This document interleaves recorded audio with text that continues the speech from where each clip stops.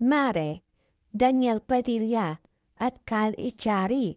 Totoo kayang nagkainitan sa after party ng ABS-CBN Ball? Grabe!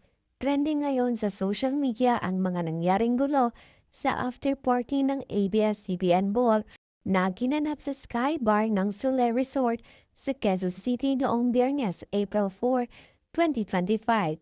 At ang mga pangalan na na-involve, sina Daniel Padilla at Kyle Echari.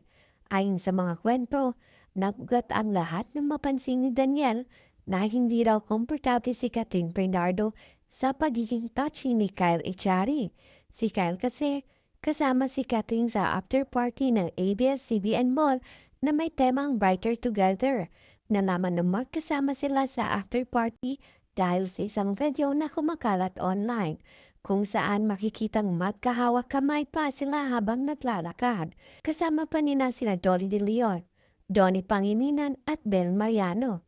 Pero ayon sa mga reports, nang magtagpo muli sina Daniel Padilla at Kyle Echari sa Skybar, doon na nagsimula ang tensyon at kaguluhan.